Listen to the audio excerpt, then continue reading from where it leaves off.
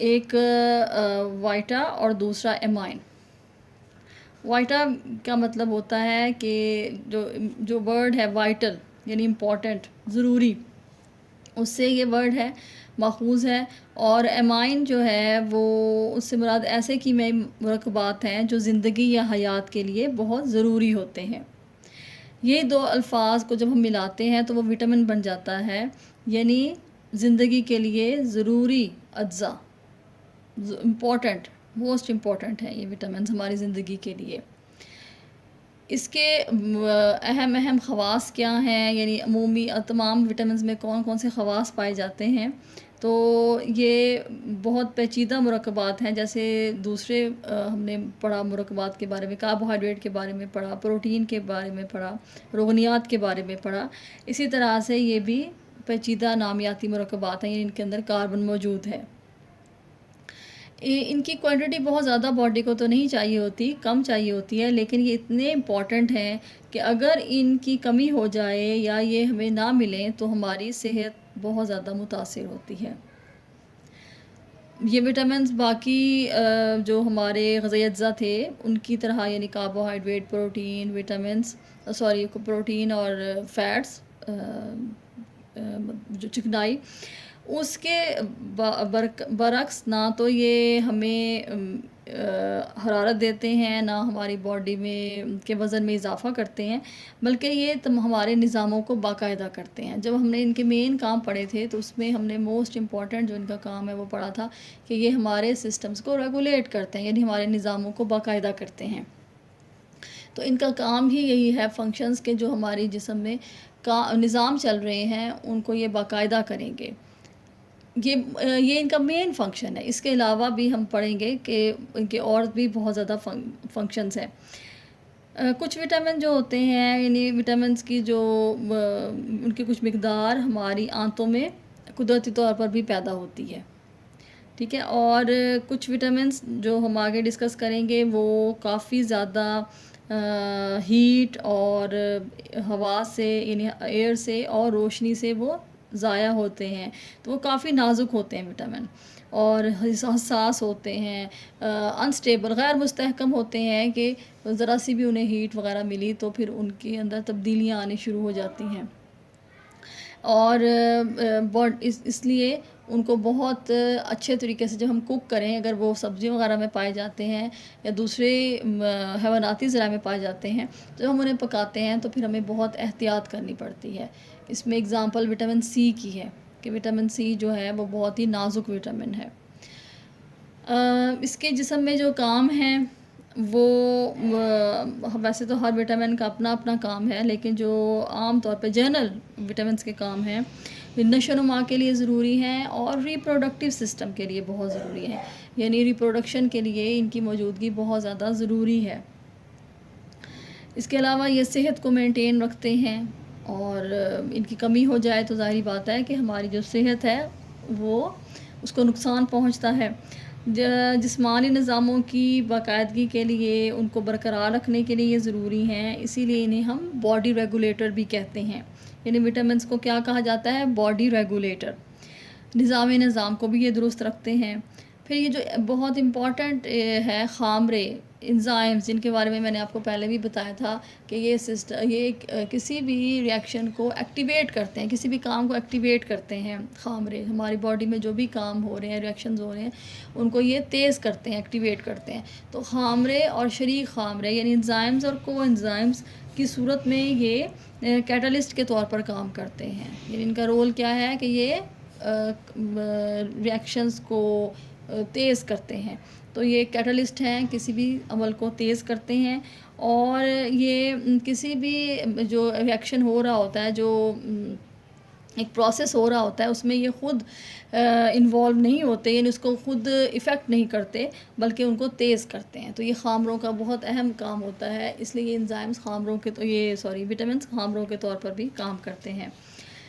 ان کے ذرائع دو ہیں، نباتاتی ذرائع اور حیواناتی ذرائع، اور ایکچوئل میں تو یہ وٹامن جو ہیں وہ پلانٹس میں پائے جاتے ہیں، یعنی نباتات میں پائے جاتے ہیں، پودوں میں، اور پھر جب انہیں حیوانات کھاتے ہیں جیسے اینیملز نے کھایا تو پھر یہ حیوانات میں شفٹ ہو جاتے ہیں، اور پھر جب ہم انہیں کھائیں گے، ہم انہیں لیں گے اپنی غذا میں، تو پھر ہمیں یہ حیواناتی ذرائع سے ملیں گے.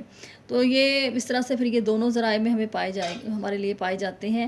نباتاتی ذرائع میں جیسے ہری سبزیاں ہیں، ہری پتوں والی سبزیاں، اور دالیں، چنے، لوبیا، ثابت اناج اور جڑ والی سبزیاں، یہ ان کے اچھے ذرائع ہیں. اور اس کے علاوہ یہ رسدار سبزیوں اور پھلوں میں بھی پائے جاتے ہیں، مگر ان کی نسبت پھر ان کی مقدار تھوڑی سی کم ہو جاتی ہے. حیواناتی ذرائع کی جہاں تک بات ہے تو یہ کلیجی میں گردے، گوشت، مچھلی کے علاوہ یہ دودھ، انڈے اور ان سے بنی ہوئی چیزوں میں پائے جاتے ہیں. اچھا، کارڈ لیور آئل میں یہ بہت زیادہ پائے جاتے ہیں، یعنی کارڈ مچھلی ہے، اس کے جگر کا جو تیل ہے اس میں یہ زیادہ پائے جاتے ہیں. ٹھیک ہے، اور اس کی وجہ بھی یہی ہوتی ہے کہ چونکہ وہ جو مچھلی ہوتی ہے اس کی خوراک چھوٹی چھوٹی مچھلیاں ہیں، پھر وہ کیا کھاتی ہیں کہ وہ سمندر میں سمندری گھاس وغیرہ لیتی ہیں. تو چونکہ اس کا جو اصل ذخیرہ ہے، جو اس کا اصل سورس اس میں پایا جاتا ہے، سوری، یہ میں وٹامن کے بارے میں ڈیٹیل میں جب بتاؤں گی تو پھر اس میں بتاؤں گی کہ یہ کارڈ حیواناتی ذرائع میں جہاں تک بات ہے تو یہ کارڈ لیور آئل میں پائے جاتے ہیں. اس کے علاوہ دودھ میں، انڈے میں اور ان سے بنی ہوئی چیزوں میں پائے جاتے ہیں. یعنی جب یہ وٹامنس کو ہم ڈیٹیل میں کریں گے تو پھر ایک ایک وٹامن کے بارے میں یوں بتا دوں گی. ابھی ہم اس کو جنرلی کرتے ہیں. اب وٹامن کی جو اقسام ہیں وہ بھی دو طرح کی ہیں، ایک چکنائی میں حل پذیر وٹامن اور دوسرا پانی میں حل پذیر وٹامن. چکنائی میں حل پذیر وٹامن ان چیزوں میں پائے جائیں گے جن میں چکنائی ہے، اور اس کی اگزامپل کون کون سی ہے؟ اے، ڈی، ای اینڈ کے وٹامن ہے. اور پانی میں حل پذیر وٹامن جو ہیں وہ کافی مطلب ان کی جو ہے کمپلیکس فارم میں پائے جاتے ہیں. جیسے بی کمپلیکس ہے، وٹامن بی کمپلیکس، اور وٹامن سی. اب وٹامن بی کمپلیکس کی آگے جو ہے جو ایک کمپلیکس ہے، یعنی گروہ ہے، اس میں کافی وٹامنس پائے جاتے ہیں. جیسے B1 ہے، اس کو ہم تھیامین کہتے ہیں. B2 کو ہم رائبو فلیون کہتے ہیں. پھر نایاسین بھی ہے جس کو ہم نیکوٹینک ایسڈ کہتے ہیں. اس کے علاوہ وٹامن B6 ہے، اس کو ہم پائریڈوکسن کہتے ہیں. یعنی آپ کو ان کے دونوں کے ناموں کا پتہ ہونا چاہیے. B6 کو ہم پائریڈوکسن کہتے ہیں. وٹامن B12 ہے جس کو ہم پینٹوتھونک ایسڈ کہتے ہیں. فولک ایسڈ ہے، بائیوٹین ہے. تو اس کی کافی زیادہ، اس میں کافی وٹامنس شامل ہیں، اس لیے ہم اس کو بی کمپلیکس کہتے ہیں. تو پانی میں حل پذیر وٹامن سی اور وٹامن بی کمپلیکس ہیں. اور اس میں وٹامن B1 اور B2 اور اس کے علاوہ نایاسین. ان کے علاوہ جو وٹامن ہیں ان کی ہمیں قلیل مقدار چاہیے ہوتی ہے، کم مقدار چاہیے ہوتی ہے. اور جو B1، B2 اور نایاسین ہے یہ ہمیں اچھی مقدار میں چاہیے ہوتے ہیں ہماری باڈی کو. آگے جو ہم اپنا نیکسٹ ٹاپک سٹارٹ کرتے ہیں، یعنی اسی میں چکنائی میں حل پذیر وٹامنز میں، تو وہ ہے وٹامن اے. وٹامن اے بہت امپورٹنٹ وٹامن ہے.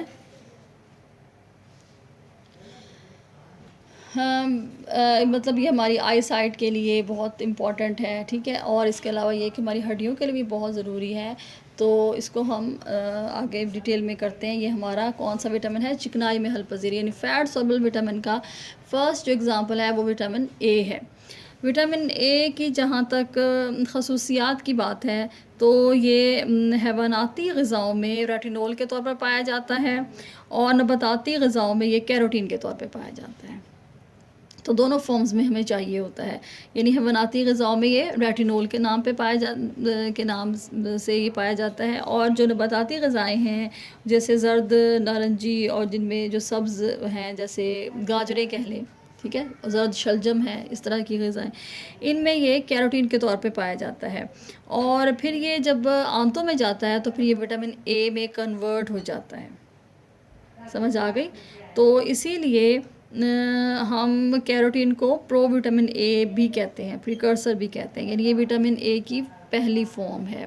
تو حیواناتی غذاؤں میں یہ ریٹینول کے طور پر پایا جائے گا، اور نباتاتی غذاؤں میں یہ کیروٹین کے طور پر پایا جائے گا.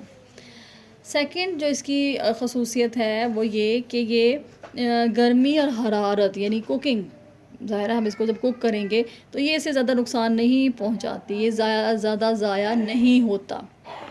باقی وٹامنس کی نسبت، تو یہ مستحکم ہوا نا۔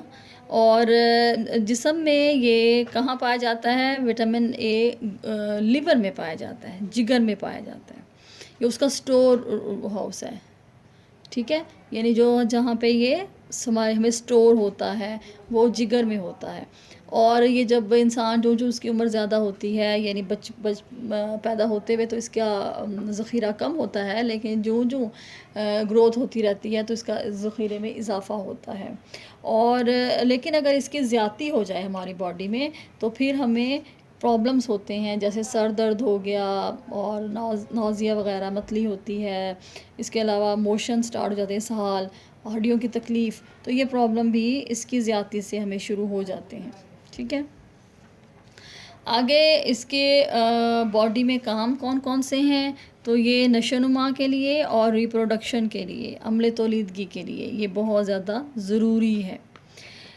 یہ ہماری بینائی کے لیے، نظر کے لیے، آنکھوں کی درستگی اور اس کی صحت کے لیے یہ بہت ضروری ہے۔ اس کے علاوہ آپ کی سکین، آپ کی آنتوں کے لیے اور گلا، اور اس کے علاوہ جو مختلف اعضاء کی ایپیتھیلیل سیلز ہوتے ہیں، اور یعنی اس کی حفاظت کے لیے جھلیاں ہوتی ہیں، اس کے خلیات کو یہ مرطوب رکھتا ہے، ویٹ رکھتا ہے، چکنا رکھتا ہے، اور پھر ان کو صحیح حالت میں رکھتا ہے۔ یعنی ظاہری سی بات ہے، آپ کو پتہ ہے اگر ہماری آنکھیں ڈرائی ہو جائیں تو کیا ہوگا؟ آنکھوں کی بیماری ہوگی، کیراٹنائزیشن، جو ہم آگے پڑھیں گے۔ تو یہ اس کے اسکن کو، آنکھوں کو، اور آنکھوں کے مطلب پارٹ کو، کرنیا کو، اور آنتوں کو، گلے اور مختلف اعضاء کی جو حفاظتی جھلیاں ہیں ان کو یہ مرطوب رکھتا ہے اور انہیں چکنا رکھتا ہے۔ اور اس کے علاوہ یہ آنکھوں میں آنسو بنانے کے لیے بہت ضروری ہے۔ اگر آنکھوں میں آنسو نہیں بنیں گے تو کیا ہوگا؟ آہستہ آہستہ ہماری نظر جو ہے ہمیں آنکھوں کی بیماریاں ہو جائیں گی، اور آہستہ آہستہ انسان اس سے اندھا بھی ہو سکتا ہے۔ تو کیونکہ اگر آنکھوں کا جو بال ہے وہ اگر خشک ہو جائے تو اس سے انسان اندھا ہو جاتا ہے۔ تو یہ آنسو بنانے کے لیے بہت اہم رول پلے کرتے ہیں۔ اس کے علاوہ متعدی امراض کون سے ہو گئے جو ایک سے دوسرے میں پھیلیں گے، اور ان کے خلاف یہ ریزسٹنس پیدا کرتا ہے، ان کی حفاظت کرتا ہے، ٹھیک ہے۔ تو وٹامن اے کا استعمال ہماری غذا میں ضرور ہونا چاہیے۔ گلوکوز کو گلائکوجن، یعنی حیوانی شکر، ہم نے پڑھا تھا کہ حیوانی شکر ہے کاربوہائیڈریٹس کی ٹائپ میں، ہم نے جو پولی سیکرائڈس پڑھے ہوئے تھے تو اس میں ہم نے گلائکوجن کے بارے میں بھی پڑھا تھا، اگر آپ کچھ یاد ہو تو۔ جو گلوکوز کو یہ لیور میں گلائکوجن میں کنورٹ کرتا ہے، اور اس کے علاوہ جو ہم روغنی غذائیں کھاتے ہیں انہیں بھی جزو بدن بناتا ہے۔ پھر ایک خامرہ بناتا ہے، خامرے کے بارے میں نے آپ کو بتایا تھا، انزائمز ہوتے ہیں، کورٹیزون خامرہ ہے وہ بناتا ہے یہ، اور ہڈیوں اور دانتوں کی نشو و نما کے لیے بھی ضروری ہے۔ یعنی ہم نے اس کے کون سے اہم کام دیکھے کہ یہ ریپروڈکشن کے لیے ضروری ہے، نشو و نما کے لیے ضروری ہے، بینائی یعنی نظر کے لیے، آنکھوں کے لیے ضروری ہے۔ پھر یہ جو سکن کو، آنکھوں کی، اور جو ہماری باڈی میں آنتیں ہیں، گلا ہے، تو ان کے علاوہ اور اعضاء ہیں، ان کی جو لیئرز ہیں حفاظتی، ان کے خلیات کو یہ ویٹ رکھتا ہے اور چکنا رکھتا ہے، اور آنکھوں میں آنسو بنانے کے لیے بہت ضروری ہے۔ متعدی امراض کے خلاف قوت مدافعت پیدا کرتا ہے۔ پھر جو گلوکوز کی جو سمپلسٹ فارم ہے گلوکوز، اس کو پھر لیور میں گلائکوجن میں کنورٹ کرتا ہے، اور جو روغنی غذائیں ہیں ان کو بھی باڈی کا حصہ، جزو بدن بنانے میں رول پلے کرتا ہے۔ پھر ایک خامرہ ہے کورٹیزون، وہ بنانے کے کام آئے گا، ہڈیوں اور دانتوں کی نشو و نما کے لیے ضروری ہے۔ تو ہم نے اس میں دیکھا کہ اس کے کتنے امپورٹنٹ کام ہیں ہماری باڈی میں وٹامن اے کے، ٹھیک ہے۔ اور اس کے علاوہ اگر دیکھا جائے تو اس کی کمی سے، آپ کی بک میں تو یہ اویلیبل نہیں ہے، لیکن اگر دیکھا جائے اس کے اور کام بھی دیکھے جائیں تو یہ اس کی کمی سے سانس کی بیماریاں ہو سکتی ہیں، سینے کے امراض ہو سکتے ہیں، اور اس لیے اس کی جو ہے موجودگی وہ ضروری ہے ہماری باڈی کے لیے، انسان کو صحت دیتا ہے یہ۔ آگے اس کی کمی سے کون کون سے بیماریاں ہوتی ہیں، تو کمی کے اثرات ہم دیکھ لیتے ہیں۔ 3 مین بیماریاں اس کی کمی سے ہوتی ہیں، اور ظاہری بات ہے کہ یہ شارٹ کویسچن بھی ہو سکتا ہے کہ کسی بھی بیماری کے بارے میں آپ سے پوچھا جائے کہ یہ بیماری جو ہے وہ کس غذائی جز کی کمی سے ہے، اور یہ بیماری ہوتی کیا ہے، تو ان بیماریوں کے بارے میں بھی جاننا بہت ضروری ہے۔ تو وٹامن اے کی جو کمی ہوگی تو ہماری باڈی میں نشو و نما متاثر ہوگی، جسم کی نشو و نما گروتھ متاثر ہوگی، اور جو ریپروڈکشن سسٹم ہے وہ ڈسٹرب ہو جائے گا، یعنی عمل تولیدگی کا جو نظام ہے پورا وہ متاثر ہوتا ہے اس کی کمی سے۔ پھر نائٹ بلائنڈنس یعنی شب کوری، رات کو نظر نہ آنا، اس کی بیماری لاحق ہوتی ہے، اور اس میں کیا ہوتا ہے کہ اگر لائٹ کم ہو اور رات کا ٹائم ہو تو انسان کو دکھائی نہیں دیتا، اور لائٹ میں آنکھیں جو ہیں وہ چودھیانے لگتی ہیں، پھر دکھائی کم دیتا ہے۔ اس کے علاوہ آنکھوں جو آنسو ہیں ان کے غدود بھی سوکھنے لگ جاتے ہیں، آنسو خشک ہو جاتے ہیں، اور آنکھیں جو ہیں وہ بے آب رہتی ہیں، یعنی پانی کے بغیر خشک رہتی ہیں۔ ڈھیلے پر داغ پڑنے لگ جاتے ہیں، جو آئی بال ہے اس پر داغ پڑنے لگ جاتے ہیں، پھپھوٹے سوج جاتے ہیں، ٹھیک ہے۔ اچھا، اب یہ جو شب کوری ہے اس میں ہم نے نائٹ بلائنڈنس میں کیا پڑھا کہ رات کو نظر آنا ختم ہو جاتا ہے، کم ہو جاتا ہے، اور جب جو ہی روشنی ہوتی ہے تو اس میں لائٹ جلتی ہے جب، تو اس میں آنکھیں چندھیانے لگ جاتی ہیں۔ آگے زیروفتھیلمیا جو ہے نیکسٹ بیماری، اس میں کیا ہوگا، اس میں پپوٹے جو ہیں وہ سوج جائیں گے اور اس میں ورم ہو جاتا ہے۔ اس کے علاوہ یہ کہ پیپ پیدا ہونی شروع ہو جاتی ہے، اور آہستہ آہستہ جو ہے وہ اندھے پن کی طرف پروسیس جو ہے وہ سٹارٹ ہو جاتا ہے، اور اس بیماری کو ہم کیا کہتے ہیں، زیروفتھیلمیا کہتے ہیں، ٹھیک ہے۔ ایک تو تھا نائٹ بلائنڈنس، اور دوسری کون سی بیماری ہے، زیروفتھیلمیا۔ زیروفتھیلمیا میں جو ہیں آنکھیں وہ اس کے جو پپوٹے ہیں وہ سوج جاتے ہیں، ان میں ورم ہو جاتا ہے، سویلنگ ہو جاتی ہے، پیپ بننی شروع ہو جاتی ہے، اور آہستہ آہستہ انسان جو ہے وہ اندھے پن کی طرف جانا شروع ہو جاتا ہے۔ سمجھ آ گئی؟ اور اس کی کمی سے کیا تھا کہ آنسو جو ہیں وہ بننے بند ہو جاتے ہیں، آنکھیں خشک رہنے لگ جاتی ہیں۔ یہ اگر بیماری بڑھ جائے تو پھر یہ السر کی شکل اختیار کر لیتی ہے، اور یہ جو چھوٹے بچے ہوتے ہیں، شیرخوار بچے، ان میں بھی یہ پیدا ہو جاتی ہے، اور اگر ہم اس کی ڈوز دیں وٹامن اے کی تو پھر یہ بیماری جو ہے وہ آسانی سے ہم اس پہ کنٹرول کر سکتے ہیں۔ اگلی جو بیماری ہے وہ ہے کیراٹنائزیشن۔ کیراٹنائزیشن میں کیا ہوتا ہے کہ جو جلد ہے وہ خشک ہو گئی، اب ہم نے پہلے پڑھا اس کے کاموں میں کہ یہ اسکن کو موائسٹ رکھتا ہے، کسی بھی جگہ کی اسکن کو موائسٹ رکھتا ہے، اور اس کو چکنا رکھتا ہے، آئلی فارم میں رکھتا ہے، اس کو آئلنگ دیتا ہے۔ اب اس کی کمی سے کیا ہوگا، اسکن جو ہے وہ خشک ہوگی، پھر کھردری ہو جائے گی، ظاہر ہے کھردری ہوگی، پھر اس پہ خارش ہونی شروع ہو جائے گی، اور پھر جا بجا زخم ہوں گے، اسکن کا کلر بھی چینج ہو جاتا ہے، یہ سلیٹی مائل براؤن ہو جاتی ہے۔ اس بیماری کو ہم کیا کہتے ہیں، کیراٹنائزیشن۔ یہ کس کی بیماری ہے، یہ اسکن کی بیماری ہے۔ پھر اس میں بال بھی سخت ہو جاتے ہیں، خشک ہوں گے، اور جیسے کانٹے والے بال ہو جاتے ہیں نا، اس طرح سے اتنے ڈرائی بال ہو جائیں گے، کیونکہ یہ موائسٹ نہیں دے گا، ان کو موائسچر نہیں دے گا، یہ ان کو آئلنگ نہیں دے گا، تو اس سے بال بھی خشک ہو جائیں گے، اور اس کی جو اینڈ سٹیج ہوتی ہے وہ کیا ہوتی ہے کہ وہ کانٹوں کی طرح محسوس ہوتے ہیں۔ تو یہ بیماری ہے کیراٹنائزیشن، یعنی ہم نے نائٹ بلائنڈنس کے بارے میں پڑھا، شب کوری کے بارے میں، زیروفتھیلمیا کے بارے میں، اور زیروفتھیلمیا کس کی بیماری تھی، آنکھ کی، شب کوری کیا تھا کہ اس میں نظر نہیں آتا، اور کیراٹنائزیشن جو اسکن کی بیماری ہے، اس میں کھجلی ہوگی، زخم پڑے ہوں گے، اور اس کے علاوہ کیا ہوگا کہ اس کا کلر بھی چینج ہو جائے گا، اور بال بھی اس میں سخت ہو جائیں گے، رف ہو جائیں گے۔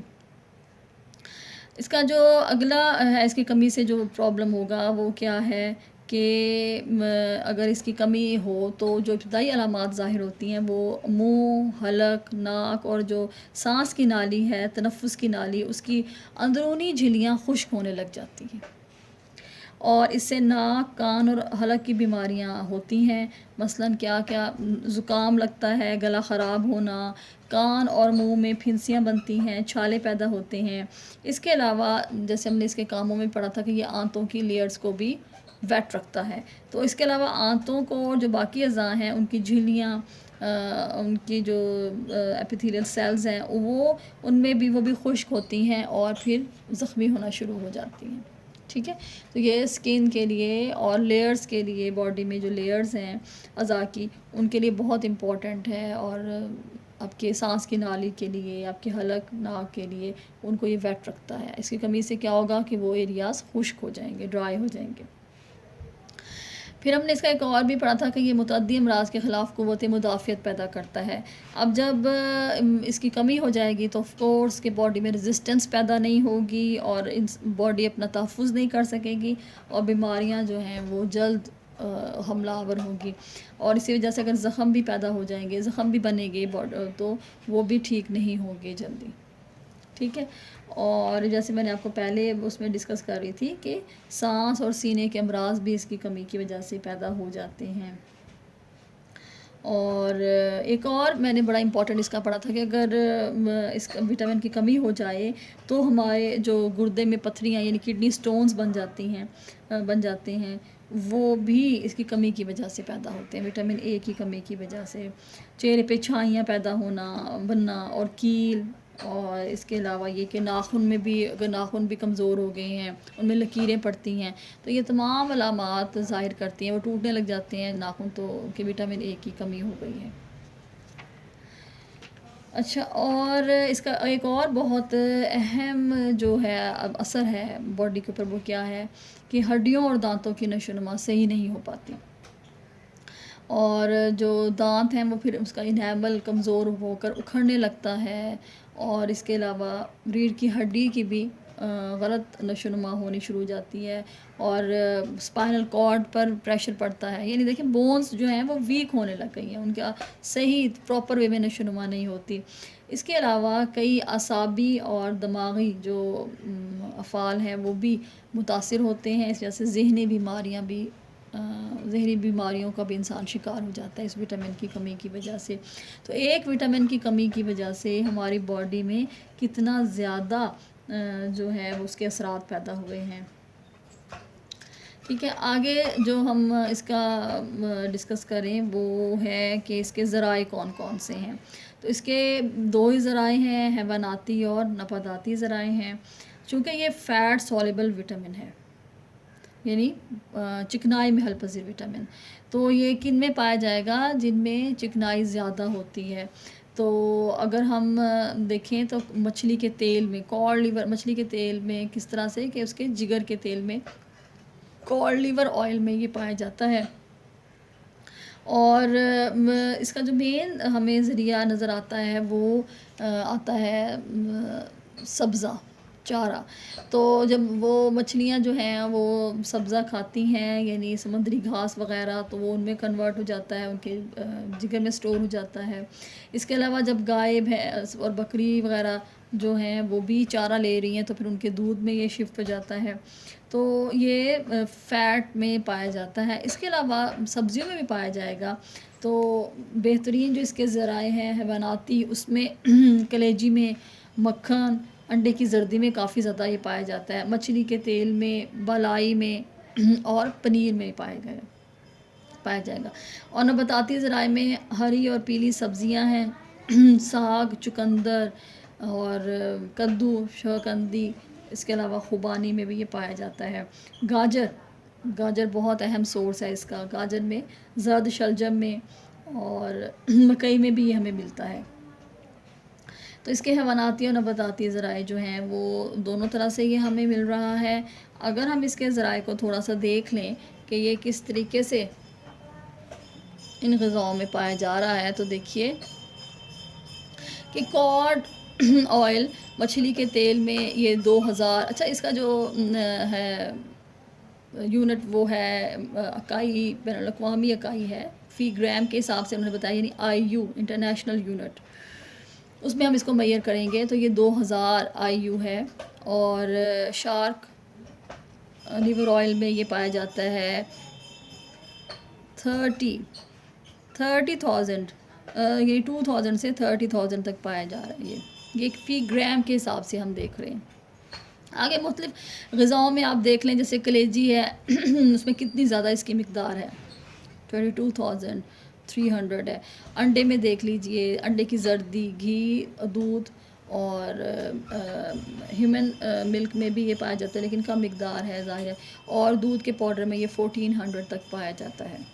یعنی اگر پانی کو کم کر دیا جائے تو مقدار جو ہے وہ بڑھ جاتی ہے.